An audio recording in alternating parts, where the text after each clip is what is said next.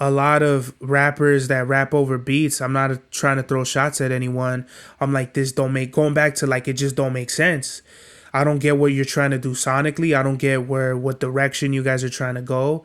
And that's not no shots. It's just I don't hear it. Like I don't like when you hear song like, and you could tell people just try to go for aesthetics. Like they name their songs fucking somewhere over the rainbow or whatever, and the lyrics don't even be pertaining to song titles or anything. Like I look at that like as a consumer, I want to know like, that's the worst thing when I watch interviews and it's like, why did you name your album Somewhere Over the Rainbow? And it's like something stupid like, oh, I visited Kansas one time. And it's like, really?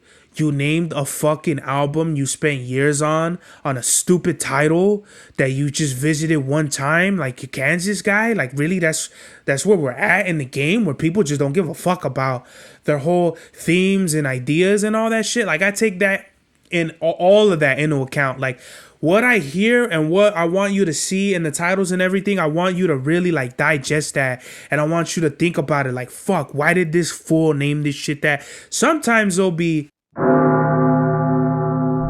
Mad Max was the turnout of my lifestyle. Smoking green, blowing white clouds to build the blue skies. Conversating with the gods by my wildflower to let them know that it's the gods hour.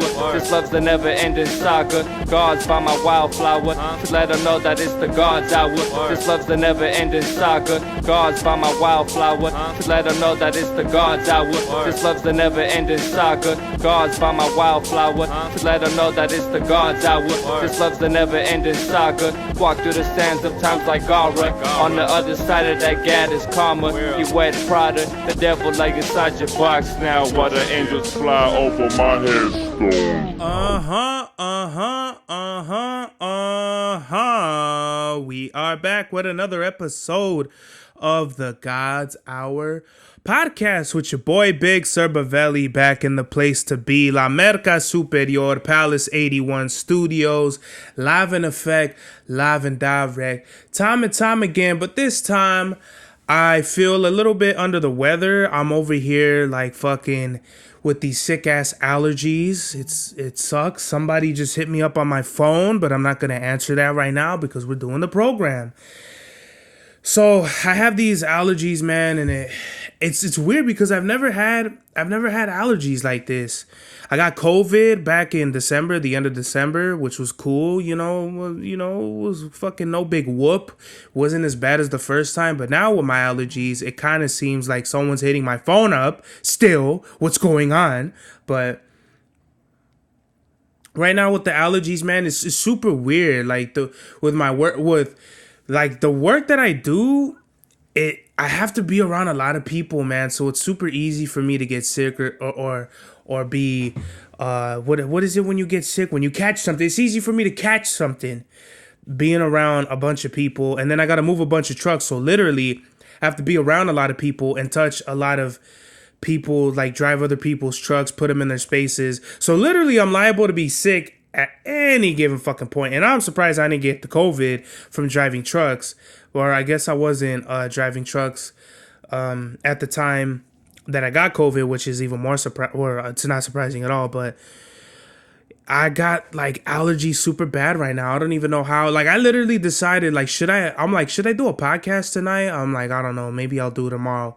Well, guess what? I did it right now. So at this point, I kind of feel like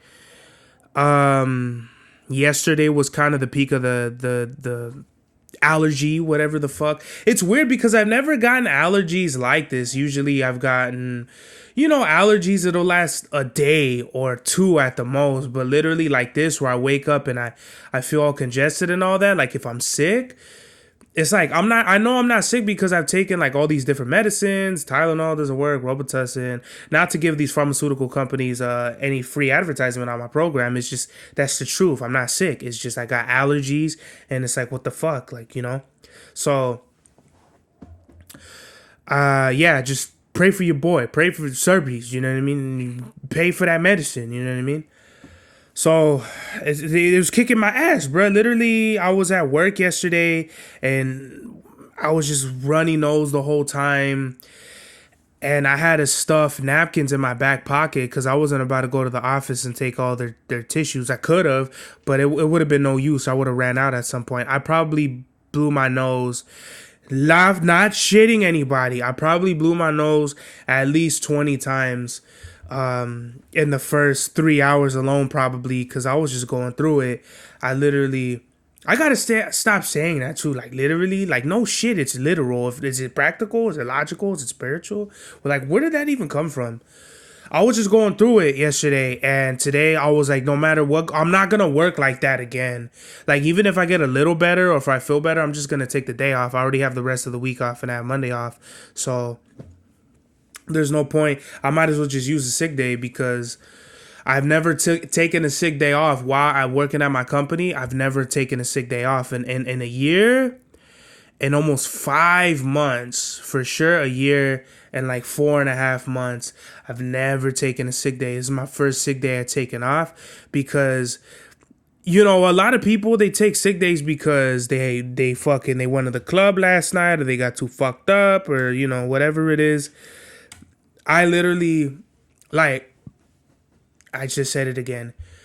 People are no, I'm not bullshitting because it's like I never take a sick day. I've only had 1 week off of vacation and like the whatever my off days are, but a sick day, I've never taken a sick day off, and I'm gonna need one of them napkin things to pad my face, pause, cause fucking I'm over here dying and shit. I was gonna do a no shirt podcast this episode, but nah, man, I'm over here. You know, it's getting hot again, and I think that's what it is. The weather just goes from hot to cold. Like I want to say, Monday it was really hot, and then Tuesday it got cold or something like that. Something is just like when the weather is like this. I truly believe that's what it is because the weather is never. It was never like this where it goes from hot to cold. Like how can it be like 88 degrees one day and then 70 the next day? You know, that's not good. That doesn't do well for my body, especially because I have already like a past like I have a fucking medical history or just a history of being like having like allergies to certain things. So it's just that with the weather changing and all that, this shit doesn't help at all. I didn't even feel like writing music. I've been like in my bag recently, just writing new music, writing new songs. And I have a G3 is coming soon. I don't want to let the cat out of the bag, but G3 is pretty much like 60% done at this point. And I'm proud of it. I'm really proud of the work I put in. Basically like 2/3. Is not 60? Some shit like that. Yeah, right. 2/3, 60%. I pretty much and I'm I'm already almost done with another song. So G3 is coming soon. We got the album with JBL and Historian. That's probably who was just hitting me up a few minutes ago.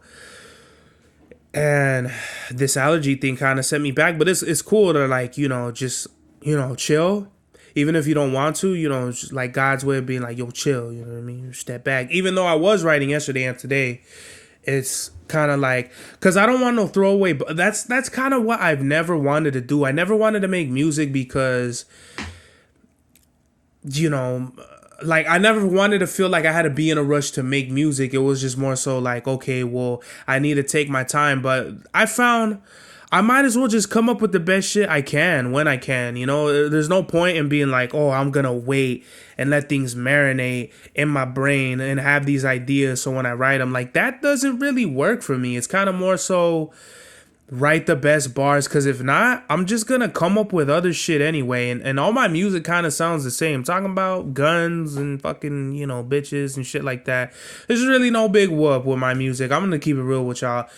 All my Sean Price shit, but I do have introspective records that I'm writing, like, you know, I'm talking about my cousin and the homies and all that shit. So those records are coming soon, but you know, G3 especially is more so like it's all the way in my lane of comfortability to where I know I can write something that I know I'm gonna beat for beat excel at, and know sonically I'm gonna deliver. So I'm singing introspective street shit. Like it's all G3 is gonna be like, it should probably be an album It is an album. It's just I'm not gonna market it in the this is the newest album, because to me the days of where having a debut, having an album versus like a mixtape and all that shit, it's like, what does that shit even mean anymore? Like it's either a project or it's not to me, because after the mixtape era, it was kind of like more so, okay, well, what is this? Is it an album? Like Drake got away with that. At the beginning of the career, he was mixtape Drake. Then he did his albums.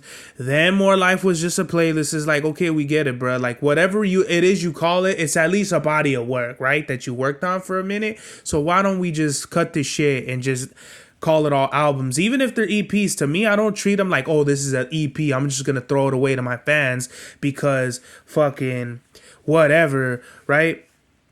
I'm going to make the best music I can for my fans. And that's just the way I'm going to make music. I don't really care. I don't care about views. I don't care about money. I don't care about any of that shit. The bottom prognosis, the bottom line of me making music is for me to make music. It's just for me. It's for me. If you love it, cool. If you don't, I don't care. I've said this before. Hold on. First time I ever fucking blew my nose on a podcast. That's fucking beautiful. So, yeah, I don't really care about what you call it, because I'm just gonna make music and I'm gonna do my own thing, and I don't care about labels and all that, because that's the biggest thing. People, I've said this before, people want to make music, want to think about everything but music, their aesthetic and who they work with and what it's gonna sound like and all this other irrelevant things that it doesn't matter. Is it dope? Is it not cool? Whatever. That's what I really like. I'm trying to do with the music, and especially with JBL and Historian, man. Those guys, they're making some of the best beats I've ever heard. I mean, Historian, he's kind of like, and I get it. Historian, his style is more so not really chops, it's straight loops. You can only do so much with loops. Trust me, I've done it before, and I've just gotten into chopping and putting drums on my beats. But literally, there's only so much you can do with just straight loops. And I've heard this before, like only a drumless loops, like you can only do that with so many beats or samples, but you could get away with it. Like JBL, it might not be straight, straight loops, it'll be chops, but you would swear that he put drums on them, you know what I mean? And they're just straight chops. So I feel like with Historian and JBL, I feel like they're like some of the best, most talented up and coming producers, you know what I mean? And it's crazy because I think JBL, he's been producing for far less than me. I don't even consider myself up and coming. Like to the untrained eye, I'm up and coming, but for me myself, I don't consider myself like, oh, I'm not in the street or whatever, like back in the day, like, hey man, like I'm an up and coming artist, man, can you listen to my shit? Like, nah, bro, like I feel like I'm already solidified as an artist to the point where I just don't care about any of that stuff. And a lot of people, a lot of artists, a lot of rappers, they get caught up in that whole cycle of like being in the industry or trying to fit in with these crowds or conform to certain sounds or identities or aesthetics. Whereas me, it's just like, you see the paintings I do, you hear the raps I do, you hear the raps I make, you hear like nothing of what I do I can ever sit here and be like, oh yeah, I'm fucking in this underground lane, I'm in this poppy lane. I'm just in my own lane and I'm doing it. And I feel like JBL and Historian, I feel like they really have like, it's funny because Historian has his own, like, I feel like he comes like in this kind of like Dilla type thing where it's like, or like Madlib or something, to where it's just like you hear like his beats and off the bat you're like, oh, that reminds me of like some underground instrumental hip hop type shit. But it's not, it's really his own thing, which I really admire. Otherwise, I kind of wouldn't like. I don't like working with producers I feel like are generic.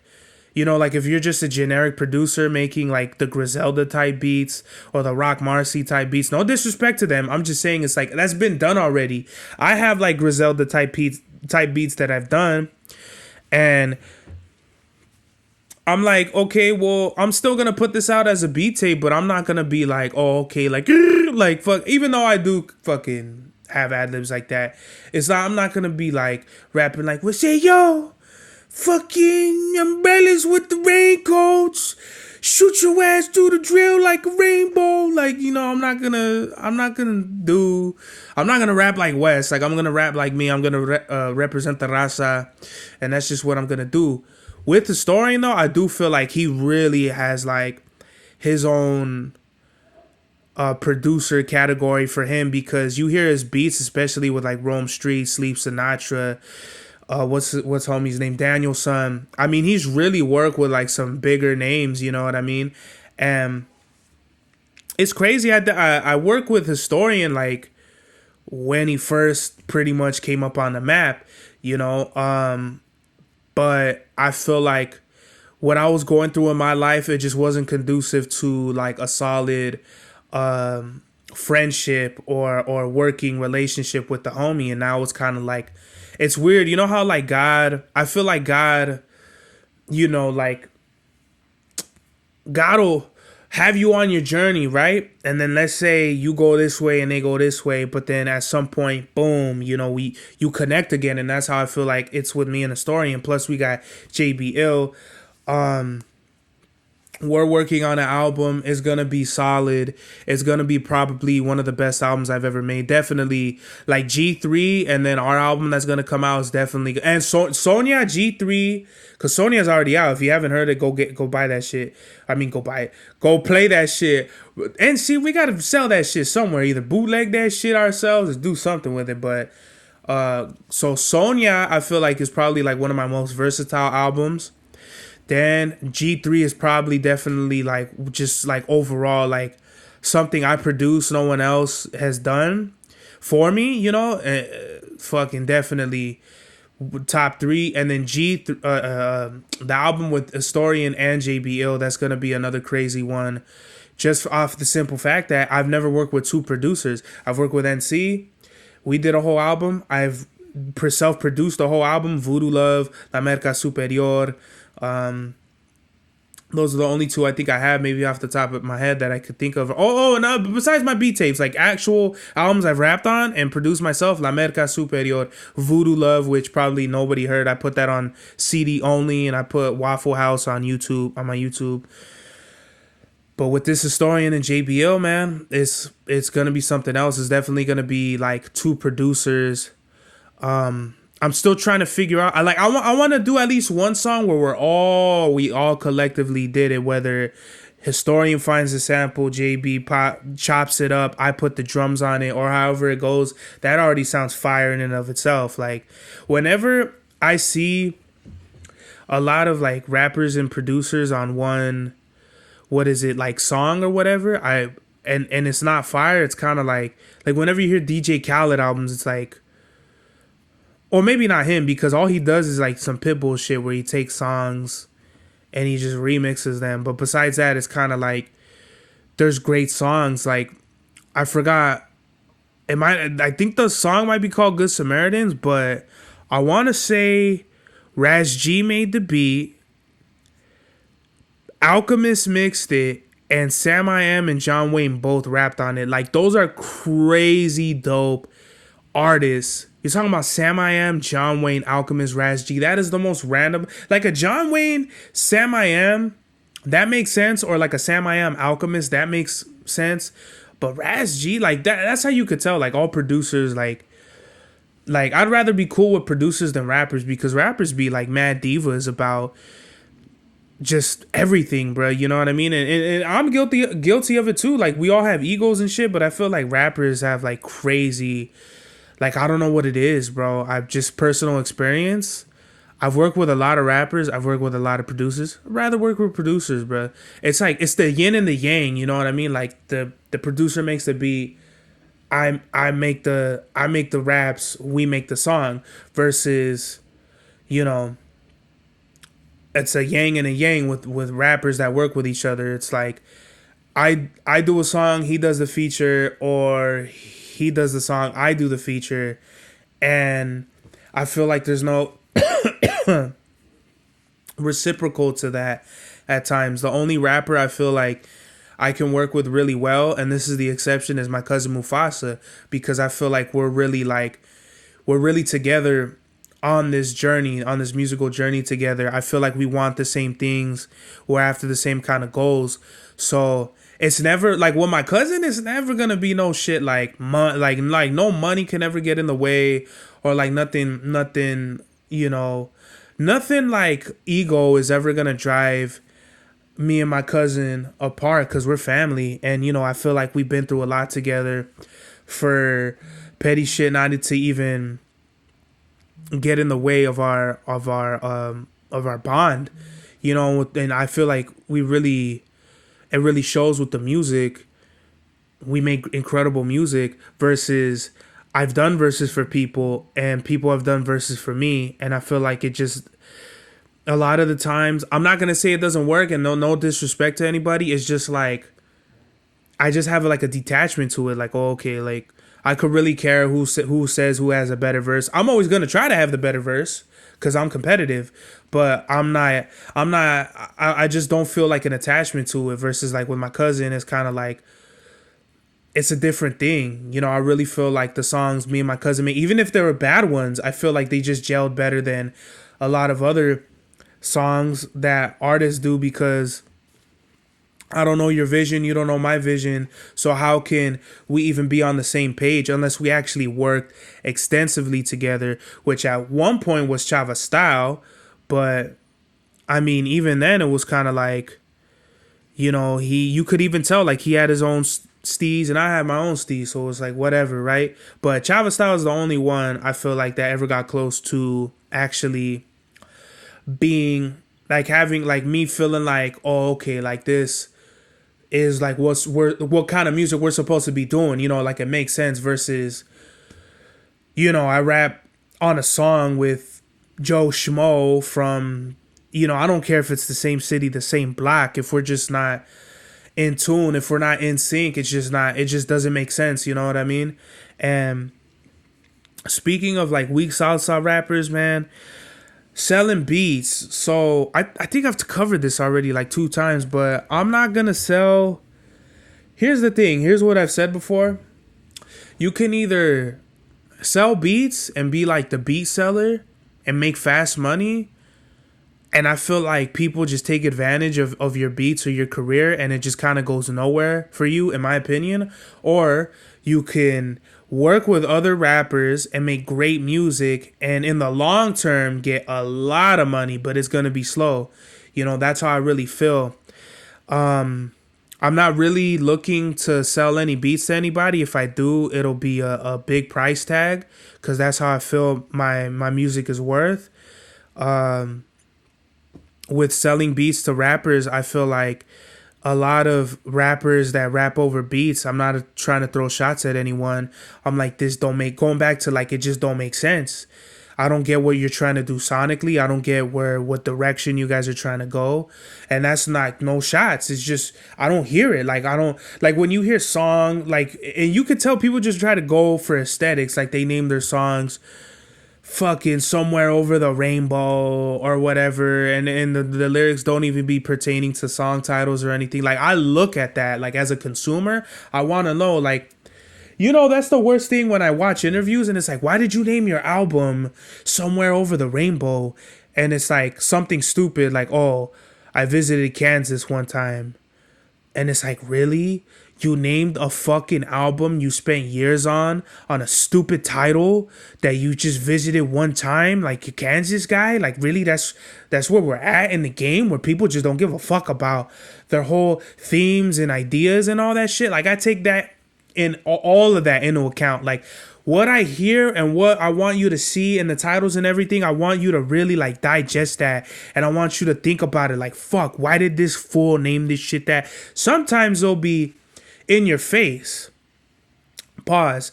Like Bursa Box Brawler, the Trey 80 make a hater holla, bet your bottom dollar, Bursa Box Brawler. Like, you'll listen to it and just be like, oh, okay, like he's talking about a gun or some shit like that.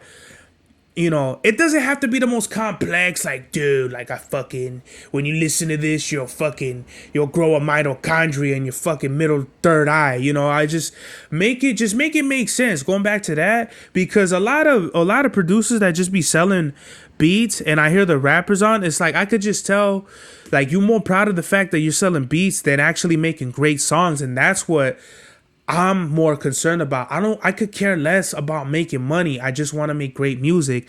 And if I hear one beat where I'm like, damn, this is dope, and I hear a rapper completely drop the ball, it's like, well, there went that beat. You can't ever sell that beat to somebody else and they make a banger out of it without the other rapper being like, hey, what the fuck, that was my fucking song, you know. So it's kind of like, you gotta be on your P's and Q's about things of that nature, because it's a cutthroat game. So I got some new glasses. These ones I've had for like years.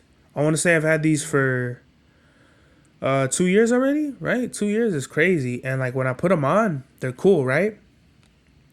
Wonderful, impeccable, right? But then when I put these Velma style fucking glasses on, hold on, I'm sweating like a motherfucker. I'm hot. I don't have the fan on or none of that. And if it sounds like I'm congested, I am. Boom. It's like, even looking at myself now, it's like, holy guacamole. Like, I look like a nerd. No, I'm just kidding. I actually feel like I could see a lot better. And like, you know, the eye doctor was like, oh, you're not even gonna notice fucking, you probably didn't even notice your eyes got worse. It's like, lady, I see with my own two eyes. Did you think I see with my feet or something like that? Like, I know when my eyes are shitty. You know, I know my eyes are getting worse, and I'm like not even in my 30s, and it fucking sucks, because I'm thinking now when I'm in my 30s, I'm gonna need glasses so I could walk down the fucking street to get an ice cream or something like that. Ice cream or something like that. And over the weekend, you know, was with my pops. We was out at Turner's. If you don't know what Turner's is, it's a gun store, and we're in the parking lot. And as I'm going, cause I'm so used to like driving trucks and parking them in reverse, that's all I do now. And my dad doesn't like it. He's like, why don't you pinchy park over there? And it's hilarious. My pop is so funny. But I'm going in reverse, but like, you know, I put the thing in reverse, and I look and I see this truck coming in, like backing up. So I was like, oh shit, I start honking. Burn, burn, burn, burn, burn. This fool hits me. But it wasn't like a big chingazo, you know what I mean? It was like kind of like he just scraped like the door or whatever. No big fucking deal, right? And I was pissed. I was literally like, not mad, because I'm not ever mad because, dude, you hit my car. I was mad at the fact that now I have to get out of the car. You know, I don't get to spend time with my dad. So literally, I'm with my dad, and then it hit his side of the door. So now that's taking more fucking time off of me and my pops' time together. So that was really what I was mad at. I'm not mad because someone scraped my car. I'm not fucking mad about any of this trivial material bullshit. I'm mad because now I have to deal with this cocksucker that thought it was cool to back his shit into my car. And then when we're outside delegating or whatever, he's like, oh yeah, man, oh, the back camera doesn't even work and I couldn't even see out the side of my mirrors. It's like, yeah, no shit, bruh. And it's like, if that's what it was, why are you driving your fucking truck? Why would you think not fucking paying attention and not being able to go in reverse and hear somebody honking at you, like, why would you think that's safe? Like, why would you just be like, okay, well, fuck it. If I hit someone, I hit somebody. What it is motherfucker, he works for a company, he's insured, so he's like, fuck it, you know, I ain't gonna pay for this shit. So hold on. God, fucking me up over here. So I was just mad, bruh. I was like, you gotta be shitting me. We resolved that. We go checking out all the guns. Turner's got some good guns.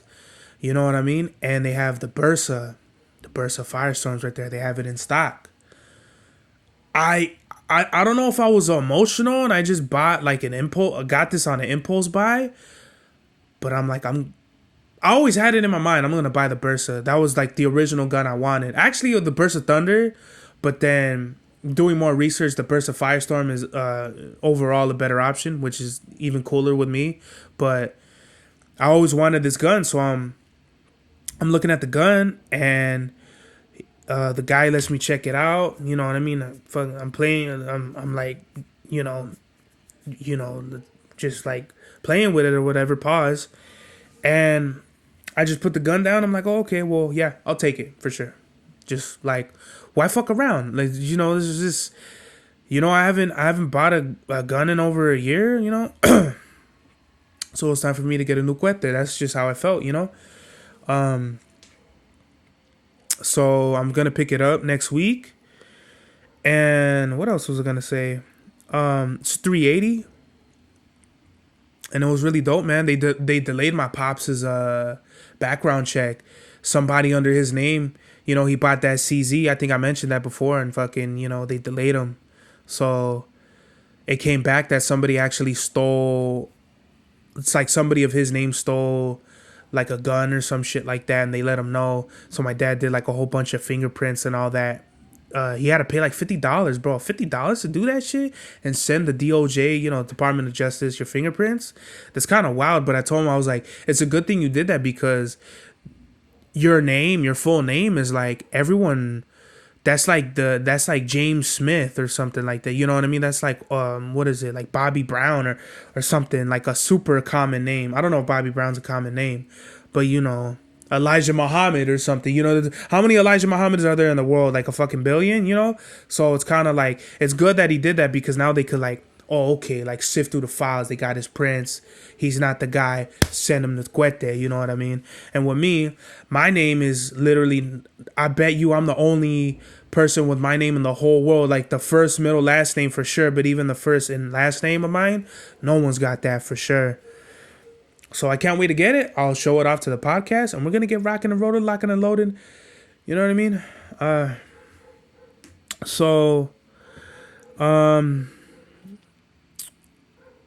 Let's talk about haters real quick. Haters. Los haters. So, everyone knows I take pictures, and I don't take pictures because I'm some sort of model Calvin Klein fool, like that's out here just like, oh, take a picture of me with the flowers and all this shit. Like, no, bro, that was kind of wacky. I'm sorry, but I'm really not the type to be like, yo, yo, it's a Kodak moment. You know what I mean? Like, nah, it's the way I see it, bruh, is just like, I want to look fly, and I want to take fly pictures, and I want to do fly shit, especially if that supports other up-and-coming artists like Ray. Shout out to Creatively Ray. I support her music. She's a great singer. She's a great saxophonist. She's a great photographer, and I support her 110% to the ends of time. That dog better shut the fuck up and stop interrupting my podcast before he gets hit in the head with a watermelon.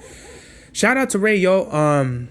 But now I seen some shit on Twitter that it was like, yo, dudes who take photo shoots, who pay for photo shoots all the time, and they're not models, are weird or something like that. It's like, fuck you. Like, you're weird, bitch. Like it's so crazy, because these assholes will like pictures of other motherfuckers that get their pictures taken by photographers or other big celebrities, and it's no big deal. Like, you're just supporting like a celebrity. But when like, somebody that you know what I mean, or somebody that you think is trying to get their name up and just be out here like that, it's a problem. Like, oh, oh, you're just weird. Like, fuck you mean I'm weird? Like, bro, like, it's weird. I take pictures and I pay for them with my own fucking money, but you're not weird for being like this fake crip that everyone knows you're not. All of a sudden, like, if you become a gang member, like after you're 21, or even if you become a gang member after 18, you're fucking making the wrong life choices, bro. And I'm sorry, I don't want to throw shots at anybody, but that's just what it is. Like, to me, I really feel like you're an idiot, like just being like, really, guy? Out of all the things you could be, a mechanic, a janitor, a fucking garbage man, you want to be a gangster, a gang member? Fuck, fool. Like, that just, it puts it in perspective for you, like what people really value in life today. Because people don't really give a fuck about you. They care about what other people perceive them as. And that's the problem with today with people, is just people don't really give a fuck about like what's real. And what's real is that the homegirl Ray, she's gonna do a show. She's got prints. She was showing them off on Instagram. She's a great person. She's a great saxophone player. What's wrong with her? What's wrong with that? What's wrong with her taking photos of me when I fucking pay for them? That's none of your business. It's none of your concern. What is it with these people? But like you wanna put money online and make people believe, like, bro, like on some Jim Jones shit, the money you flashing is probably all the money you got in like ever in life, bruh. The little 1,000 or whatever that you got, you posted on your Snapchat story or whatever it is. That shit is bullshit, dog. You know what I mean? And I feel like real recognize real, and I don't see none of these Levi's. I just looked at a tweet and I was like, wow, like, it's funny. You know, you think you have friends and you look at shit like, I'm a consistent person, and I have to fine comb everybody and look at the inconsistencies. I do that with girls, with friends, with family, with everybody. We'll talk about family a little later on, but the inconsistencies, I'm like, oh, okay, like, you follow me, but you never like any of my pictures. You sneak dissing me on Twitter. You're not a friend. You're just somebody that's just a fucking looky-loo, a window shopper or something like that. You just looking, and you don't care about me as a person. You're just kind of like living life as this character, a personification of a character you want people to perceive you as. And I've never been that. Like Serbs, it didn't start off. That wasn't my rap name. I had been Serbs 2 years in the street writing graffiti before I became a rapper. I just didn't know what to think. I wasn't gonna call myself fucking, Eddie the Eddie the Vandal. Or that's a hard name. Actually, that's a hard name. I might use that. That might be actually one of my whatever. But like, you know what I mean? It wasn't like I wasn't gonna name myself fucking, Big Kahuna Trece or some shit like that. I'm pretty sure there's somebody named Big Kahuna Trece too. Shout out to him. But you get what I mean? It's just like everything about me, I feel like, is just me authentically being as, like whatever it is. I've always tried to just be me, you know what I mean? In my music, it might be like, some other crazy wild shit. Like, you might think I'm like some super mercenary or whatever like that, but it's just my art, you know what I mean? It's my self-expression. When you get to know me as a person and you really dive deep into who I am, it's kind of like I'm like an onion. I got so many layers. I just tweeted, who else writes their own raps, produces their own beats, their own executive produces their own albums, paints their own album covers, has their own podcast, and makes the best cookies in the world. I want to know who, because it ain't nobody but your boy. I'm the only one doing it big like this. Like fucking who does it big, Presley? You know who does it big? All I do is win. No, all he does is win. But who does it big? I don't know. But I don't think ain't nobody doing it bigger than your boy Big Serbavelli. As far as like entrepreneurship,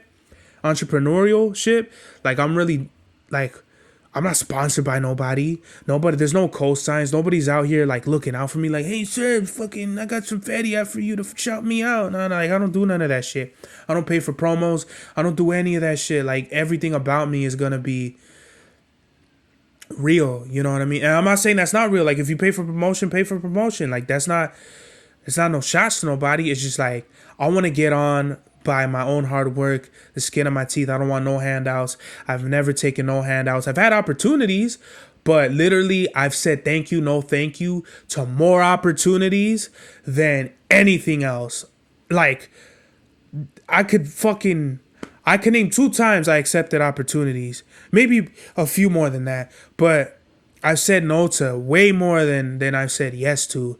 Like, no, thank you. Like, I understand you're on the come up, but just because you just thought about rapping right now, this second, and you want to make a song with me, that's not going to happen.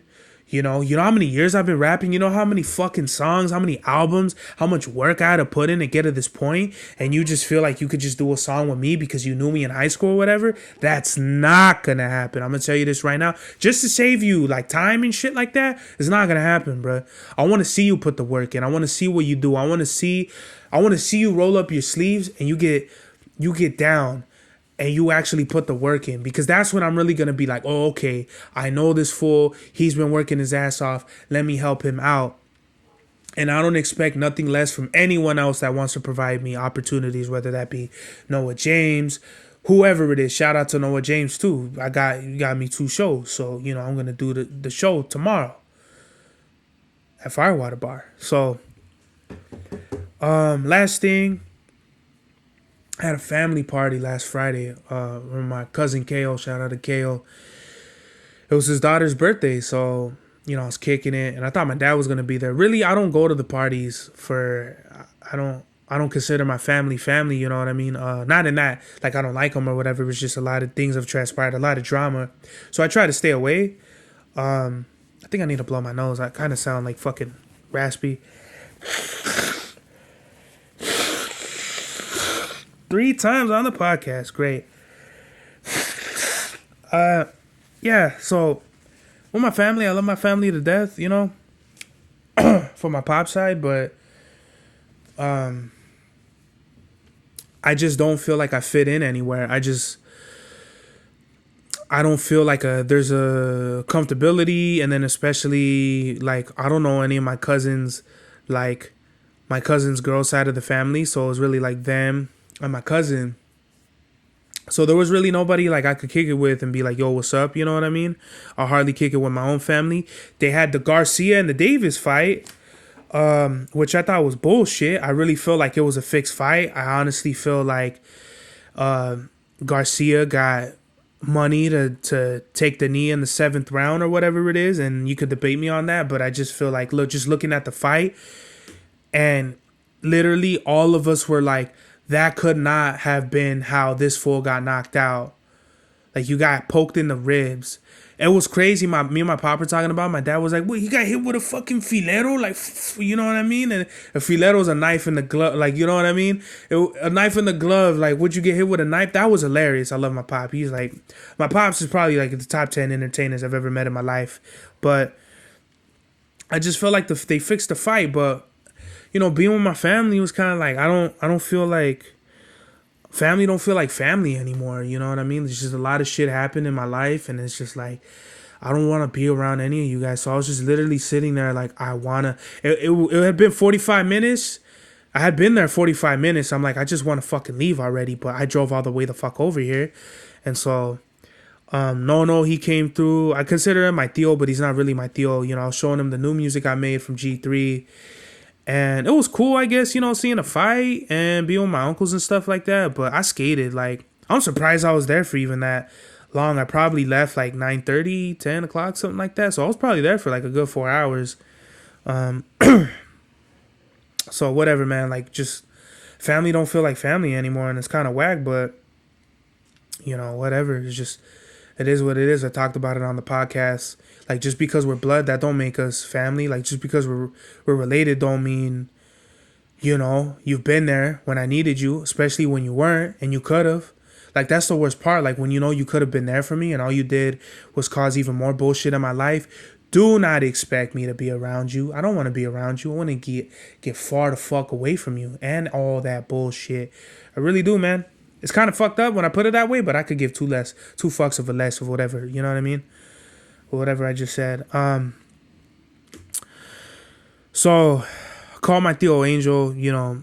My tío Angel, he's OG Bizarre 1. He's tatted up Drake, Nicki Minaj, Chris Brown, or Nicki Minaj's boyfriend, I think. Or so many things that, he called me. He's like, what's up, mijo? I'm fucking, hooking up the garage, put 4 TVs and all this shit. I was like, that's what's up, tío. Like, we're going to do a podcast soon. It's going to be big. It's going to be the best one. Like, he's like, we're going to get like over 1,000 likes and all that. I'm like, hell yeah, that's what the fuck I want. Like, he has like untold stories that we need to get out. Like, he has so many stories, my uncle, that I feel like it's just going to be really dope. And I can't wait for it. I can't wait for the premiere of OG Bizarre 1. That's going to be a slapperoonie, Last thing, I want to say rest in peace, rest easy, peace and blessings and prayers and condolences in the families of and friends of Money Sign Suede, bruh.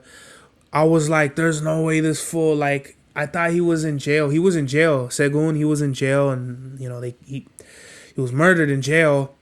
And I was like, damn, bro. He like seemed like the Draco of the Raza from like this, whatever this movement is, with like Peso, Money Sign Sway, Little Weirdo. I feel like they have like their own movement, and Money Sign Sway is just like, I was like, damn, bro, you know what I mean? Like, I just heard about this fool, and I'm not really into his music like that, but I mean, I don't give a fuck. Like, I'm not really into Draco's music and all that, like, but I understand what it does for the culture. I understand that these kids and the youth are out here looking for role models and shit, and maybe they might not be the best role models, but it's like, I don't have that for me. Like, I don't have in my mind, in my idea, there's no West Coast rappers that are out here doing the music like I do, except maybe Jay Worthy, right? He's from, is he from Inglewood or South Central? But he's from like a pretty known place. But Jay Worthy's kind of been around, you know what I mean? Versus Money Sign Suede, he just popped out and he's been popping just for like a little minute.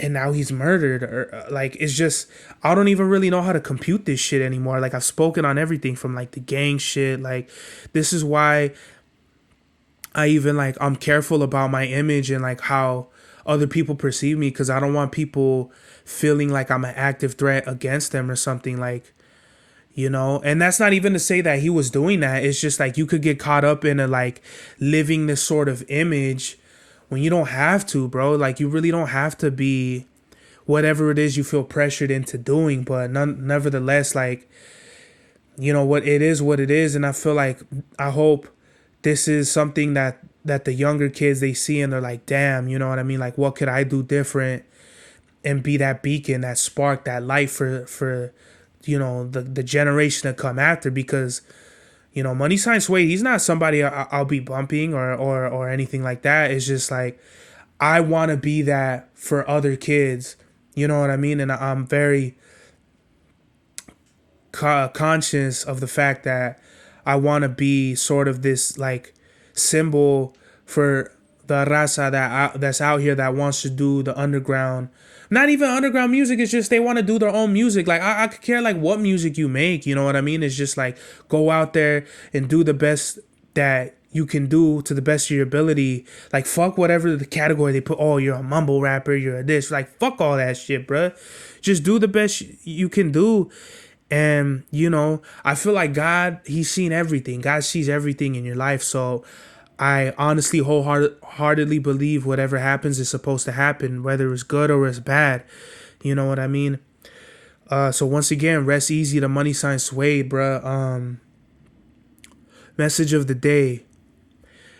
Just appreciate what you have. If you're not grateful for what you have, you're not gonna be grateful for what you get.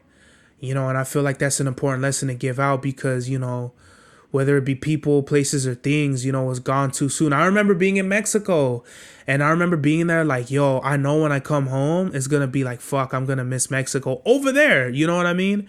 And I just cherished it. And, I did what I wanted to do. I played Pokemon, and I had fun, so just always be grateful, always be appreciative for what you have. Because there's always, like today, there's always going to be someone that's less fortunate than you. Today, I was mad that the fridge, there's so much food in the fridge, and like, I can't even like make a lemonade or whatever and put it in there. But it's like fucking first world problems, bro. There's kids that would die, fucking kill somebody for a fridge full of food, a roof over their head, a bed, a TV. You know what I mean? So it's just kind of like, message of the day, bro. Just appreciate what you have. Because if you don't, you're not going to appreciate what you get or what you earn in life. Nothing's ever going to be enough. If you're not grateful for what you have now, it's never going to be enough. I know people like that, and it sucks, because they have like this insatiable hunger for things that are trivial. You know, you end up buying a watch and that's not good enough. You end up buying Cartiers, that's not good enough. You buy chains, that's not good enough. And you end up sad, you know? That's not good to be doing. It's really not a good cycle to be in, where, oh, like, what I attain through what material possessions I gain makes me happy, like that. You know, like buying all these Pokemon things and shit is cool, but you know what makes me even happier? Buying canvases and doing my artwork, because it fulfills me. It's like therapy. It's like I created this, it's my idea, and I can hang it up on my wall for people to see. That's what makes me happy. Buying shit to collect, even though I'm a sick ass hoarder, I mean, who gives a fuck, right? This is the God's Hour. Mad Max was the turnout of my lifestyle. Smoking green, blowing white clouds to build the blue skies. Conversating with the gods by my wildflower, to let them know that it's the God's hour. This love's the never-ending saga. Gods by my wildflower, to let them know that it's the God's hour. This love's the never-ending saga. Gods by my wildflower, to let them know that it's the God's hour. This love's the never-ending saga. Gods by my wildflower, to let them know that it's the God's hour. This love's the never-ending saga. Walk through the sands of times like Gara. On the other side of that gad is karma. You wet Prada, the devil like inside your box now, while the angels fly over my headstone.